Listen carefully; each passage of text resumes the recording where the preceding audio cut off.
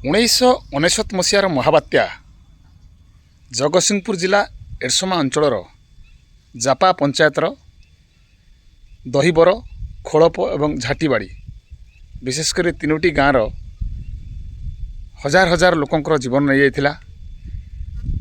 କେତେ ଘର ଉଜୁଡ଼ି ଯାଇଥିଲା ଏବଂ କେତେ ଘର ସମୁଦ୍ର ଲହଡ଼ାରେ ଭାସି ଯାଇଥିଲା। ତେବେ ଦୀର୍ଘ 26 ବର୍ଷ ପରେ ଆଜି ସେ ଗାଁରେ ଆମେ ପହଞ୍ଚିଛୁ। ସେ ଗାଁରେ ପହଞ୍ଚିବା ପରେ ସେ ଗାଁର କିଛି ଲୋକଙ୍କର ଆମେ ପ୍ରତିକ୍ରିୟା ନେଇଛୁ, ତାଙ୍କ ମତାମତ ନେଇଛୁ ଯେ ସେ ସମୟର ଅନୁଭୂତି ସେମାନଙ୍କର କ'ଣ ଥିଲା, କିଭଳି ଭାବରେ ସେମାନେ ସେ ସମୟରେ ନିଜ ଜୀବନକୁ ବଞ୍ଚାଇଥିଲେ, ଯେଉଁମାନେ ବି ବଞ୍ଚି ଯାଇଛନ୍ତି, ଯେଉଁମାନେ ନିଜ ପରିବାରକୁ ହରାଇଛନ୍ତି, ପରିବାରର ସମସ୍ତ ସଦସ୍ୟଙ୍କୁ ହରାଇଛନ୍ତି, ଘରବାଡ଼ି ହରାଇଛନ୍ତି, ସେମାନଙ୍କର ଅନୁଭୂତି କ'ଣ ଥିଲା ସେମାନଙ୍କୁ ପଚାରି ବୁଝିବା ନିହାତି ଭାବରେ ଦୁଃଖର କଥା ଏସବୁ। ଏବଂ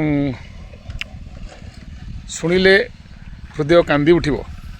ସେମାନେ କେଉଁଭଳି ଅବସ୍ଥାରେ ସେତେବେଳେ ଥିଲେ, କିଭଳି ଭାବରେ ନିଜ ଜୀବନକୁ ବଞ୍ଚାଇଥିଲେ, କ'ଣ ଖାଇଥିଲେ, କିଭଳି ଭାବରେ ସମୁଦ୍ର ଲହଡ଼ା ଉଠିଥିଲା, ସେ ସମସ୍ତ ତଥ୍ୟ ଆମେ ସଂଗ୍ରହ କରିଛୁ। ତେବେ ଶୁଣନ୍ତୁ ସେମାନଙ୍କର ମତାମତ କ'ଣ ରହିଛି। ସେତେବେଳେ ମୋର ତଥାପି ଟିକେ ଟିକେ ଜ୍ଞାନ ପଡ଼ୁଥିଲା।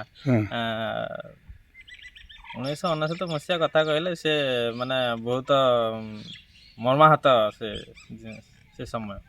ମାନେ ସେତେବେଳେ ପବନ ତ ମାନେ ବହୁତ ସ୍ପିଡ଼ରେ, ବର୍ଷା ପାଣି ପବନ ସବୁ ଏକା ସାଙ୍ଗରେ।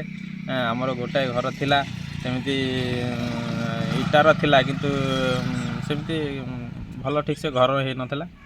ତଥାପି ଆମର ଫ୍ୟାମିଲି ତା ଦେହରେ 15-20 ଜଣ ଫ୍ୟାମିଲି ଗୋଟାଏ ରୁମ୍ ଭିତରେ ରହିଗଲୁ। ମାନେ 2 ମହଲା ଥିଲା। ଗୋଟାଏ ଆଇଲା ପବନ ପାଣି ଏକାଥରକେ ମାଡ଼ ହେଲା ଯେ ଟୋଟାଲ ଘର ଟୋଟାଲ ଭସିଡ଼ି ପଳାଇଲା। ଗୋଟାଏ ରୁମ୍ ଆମେ ସେଇଠି ରହିଯାଇଥିଲୁ। ସେଇ ଚାଳ, ତା ଉପରେ ଚାଳ ଛପର ଥିଲା। ଚାଳ ଛପର ଉପରେ ତା ଭିତରେ 20 ଜଣ ଭିତରେ କେମିତି ବସିକି ରହିଛୁ, ମାନେ 2 ଦିନ 3 ଦିନ ହେଲା। ମାନେ ତା ଭିତରେ ଖାଇବା ନାହିଁ, ପିଇବା ନାହିଁ, ସେମିତି ତା ଦେହରେ ପଶିଲା ପରେ ସେ ତା ଦେହରେ ବହୁତ ଲୋକ ବି ମାନେ ପାଣିରେ ଆମେ ଦେଖୁଛୁ ଆସିକି ଭାସିକି ପଳେଇଲେ। ଆମ ସେଇ ଆସିକି ଆମ ପାଖରେ ବି କେଇ ଜଣ ମରି ସାଇଲେଣି। ଆମେ କ'ଣ କରିବୁ? ସେତେବେଳେ ବହୁତ ମାନେ କଷ୍ଟଦାୟକ ସେତେବେଳେ। ସେ କଥା ଭାବିଲେ ତ ହୃଦୟ ମାନେ ଥରି ଉଠିବ ହେଲା। ବହୁତ ସେ କଥା କହେ, ସେ କଥା ମାନେ ସେ ଅଙ୍ଗେ ଲିଭେଇଛି ଯେ ସେ ବୁଝିପାରିବ। ମାନେ ବହୁତ ପାଣି କେତେ ହାଇଟ୍ରେ ଥିଲା? ପାଣି ନିହାତି 15-20 ଫୁଟ ହାଇଟ୍ର। ଆଚ୍ଛା, 15, ଏଇଟା ଆମ ଖାଲ ଜାଗା। 15-20 ଫୁଟ ଜାଗା ମାନେ ହାଇଟ୍ର ପାଣି। ଆପଣଙ୍କ ଗାଁର କେତେ ଲୋକ? ପ୍ରାୟ 500-600 ଲୋକ ମରିଗଲେ। ଆଚ୍ଛା, ଫ୍ୟାମିଲିରେ ସେମିତି ଗୋଟାଏ ଫ୍ୟାମିଲି ଟୋଟାଲ ଲୀନ ହେଇଯାଇଛି। ତା ଜାଗା ବାଡ଼ି ସବୁ ଲୀନ। ଆଉ କେମିତି ଯିଏ ଗଛ ମାନେ ଯେଉଁ ପବନରେ କେମିତି ବଡ଼ ବଡ଼ ଗଛ ଧରିକି ଯିଏ ଜାବୁଡ଼ିକି ରହିଗଲେ, ସେ 1-2 ଜଣ ଏମିତି ପ୍ରତ୍ୟେକ ଫ୍ୟାମିଲିରେ। ଆମ ଫ୍ୟାମିଲିରେ ଟିକେ ଅବସ୍ଥା ଥିଲା ସେତେବେଳକୁ। ଏବେ ତ ସେ ଛାଡ଼। ସେ ଫ୍ୟାମିଲିରେ ସେ 2 ମହଲା ଥିଲା ବୋଲିକି ଆମେ ବଞ୍ଚି ଯାଇଛୁ ସେମିତି। ଆମର ତ ପରିବାର ଟୋଟାଲ ଯାଇଛି, ମୁଁ ଏକୁଟିଆ ରହିଛି। ଆମର 8 ଜଣ ପରିବାର, 8 ଜଣ ପରିବାର ମୁଁ ଏକୁଟିଆ ଆଉ। ଆଚ୍ଛା, ଘରଦ୍ୱାର ସବୁ? ଘରଦ୍ୱାର ତ ଭାଙ୍ଗି ଯାଇଛି। ଆଚ୍ଛା, ଏମିତିଆ ପରିବାର କେତେ 16ଟା ନା 17ଟା ଘରର ପୁରା ନିର୍ଦ୍ଦେଶ ଆଉ ନାହିଁ। ତାଙ୍କର ପରିବାରରେ କେହି ନାହାନ୍ତି। ଆଚ୍ଛା, ମାନେ ଘରଦ୍ୱାର ସବୁ? ଆଚ୍ଛା, ଆମେ ନଡ଼ିଆ ଗଛ ଥିବୁ, ସେଇଠି ଗୋଟେ ନଡ଼ିଆ ଗଛ ହବ, ସେଇଠି ଗଛ, ସେଇ ନଡ଼ିଆ ଗଛରେ ଆମେ ଥିଲୁ। ନଡ଼ିଆ ଗଛ ପରେ କେତେ ଦିନ ରହିଲେ? ଗୋଟାଏ ଦିନ ତ। ତାପରେ ପାଣି ଖସିଲା ପରେ ଆମେ ଓହ୍ଲେଇଲା ବେଳକୁ ବେକେ ପାଣି। ଆଚ୍ଛା, ପହଁରି ଯାଇକିରି ସେ ଗୋଟେ ପଦା ଥିଲା, ସେ ପଦାରେ ଯାଇକିରି ସେଠି ଜୁଟିଲୁ। ମୁଁ କହିଲି ଏଠି ବୋଧେ ଲୋକ ଥବ, ଦେଖିଲା ବେଳକୁ ସେଠି 3-4 ଜଣ ଅଛି।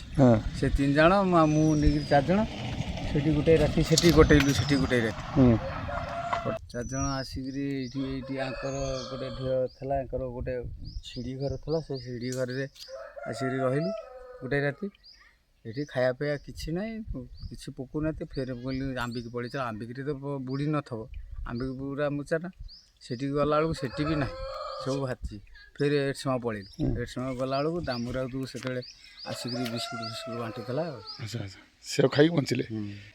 ସବୁଠୁ ହାଏଷ୍ଟ ହେଇଛି ଆମ ଗାଁଟା। ଆଚ୍ଛା, କେତେ ଲୋକ ଆପଣଙ୍କର ଗାଁରେ ଚାଲିଗଲେ? କେତେ 500 କତ 500 କତ 586 କି 87 ଜଣ 86 ଜଣ ଆଚ୍ଛା 586 ଜଣ ଆମ ଗାଁଟାରେ ଯାଇଛି ମନେକର ଭାଇ 15-20 ଫୁଟ ଭିତରେ ଆଉ ଆଚ୍ଛା ଲୋକମାନେ ସବୁ ଭାସି ଯାଉଥିବାର ଆପଣ ଦେଖିଛନ୍ତି? କାହାକୁ ଅନ୍ଧାର ପୁରା ସେତେବେଳେ ଦିନ ସକାଳ 7ଟା ବେଳକୁ ଆଇଛି ସେତେବେଳେ ଦେଖାଉଛି ଯେ ଅନ୍ଧାର ମାନେ ରାତି ଆଚ୍ଛା ପୁରା ଗୁରୁଗୁଟିଆ ଅନ୍ଧାର ଆଉ ଆଚ୍ଛା ସେତେବେଳେ କ'ଣ ସରକାରଙ୍କ ପକ୍ଷରୁ କ'ଣ ସବୁ ସାହାଯ୍ୟ ମିଳିଥିଲା?